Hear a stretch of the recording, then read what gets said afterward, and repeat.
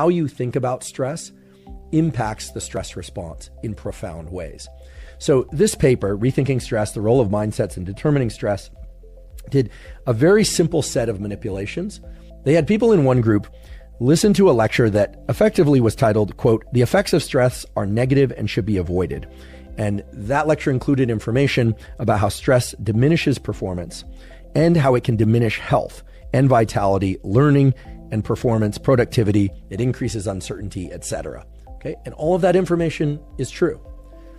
A separate group listened to a lecture entitled, quote, "Experiencing stress improves health and vitality." And again, that information is true. Now, I realize that some of you are probably still asking, how can it be that stress diminishes health and performance and stress also enhances health and performance? And the answer lies in two things. One, the level of stress, and therefore the level of hormones that are released in response to that stress, the duration over which the stress response occurs. But the key variable here is that our cognitive understanding about what stress does impacts whether or not our physiology goes down the direction of debilitating or enhancing effects of stress. Okay, so we've got a condition here where people are being informed very differently about what stress does. In one case, it's the stress is bad message. In the other case, it's the stress is good message. And there are many different experiments within this paper, but one of the more interesting ones, I believe, is where they looked at work performance, both in terms of performance of what they call soft tasks. So these are somewhat easier tasks as well as hard tasks. And when you look at the group that was given information about how stress diminishes performance in the soft tasks, okay, so the somewhat easy tasks, you don't see much change in their performance as you compare the before the learning about stress is diminishing to after the learning. Whereas the people who learn that stress is enhancing actually experience some improvement in work performance, even though the challenge that they're facing isn't that great. So again, what this means is that learning that stress can enhance performance by providing people true information about how stress can enhance performance, can increase performance even in the context of stuff that's not that hard, not that stressful.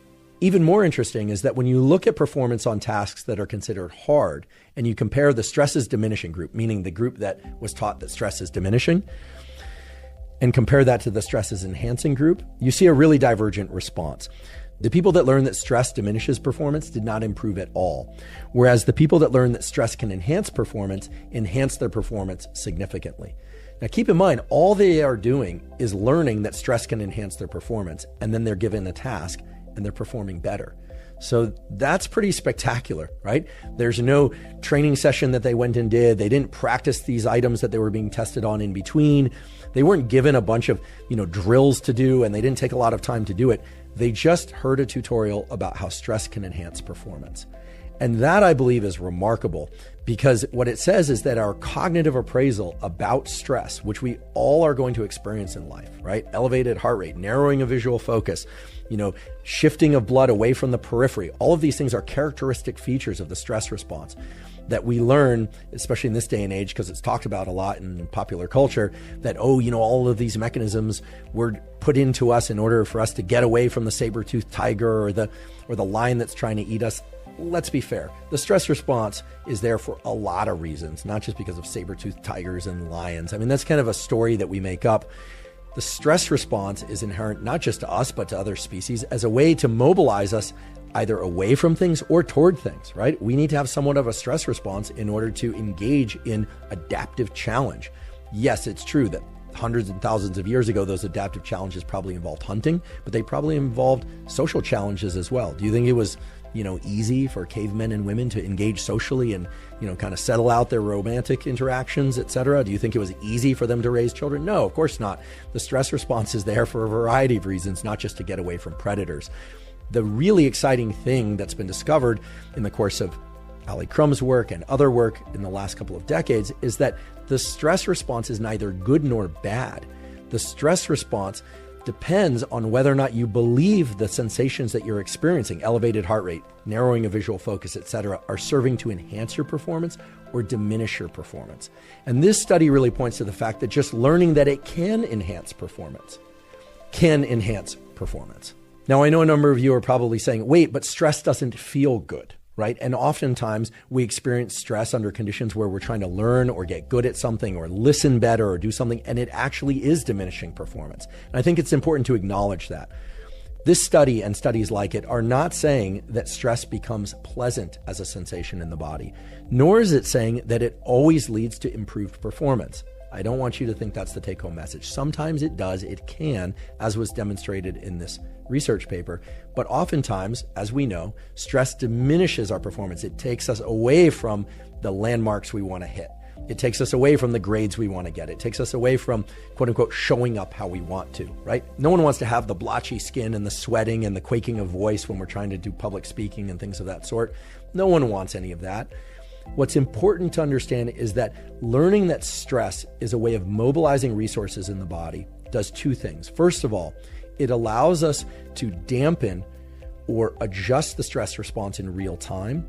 And it allows us to understand that that stress response heightens our level of focus in a way that allows us to pay attention to the things that are going wrong in a way that allows us to make correction to those errors in the future. So if you think back to that study, that ERP study where they measured brain activity and they looked at people who had a fixed mindset versus people who had a growth mindset, and the people who had a growth mindset were paying more cognitive attention to what was happening during errors and after errors.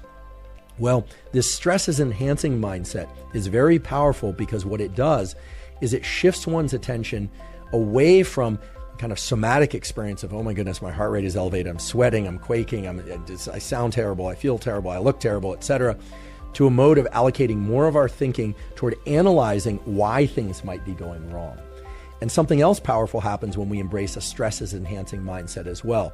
When we embrace a stress is enhancing mindset, it turns out that some of the very physiological processes that we call quote unquote stress shift in important ways. Some of those include the duration over which the stress hormone cortisol is released. And in fact, I don't even really want to call it a stress hormone because cortisol does so many other things as well. And it's not bad. You need cortisol. Believe me, you want cortisol, especially released early in the day and in response to acute stressors. What you don't want is for cortisol to stay elevated for long, long periods of time. And you especially don't want it to interfere with your sleep.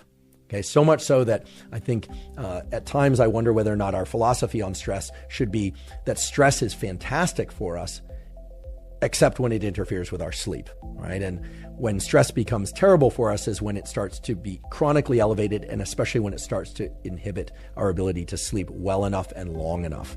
Okay, so the point here is that when we embrace a stress is enhancing mindset, we are able to have shorter duration release of cortisol.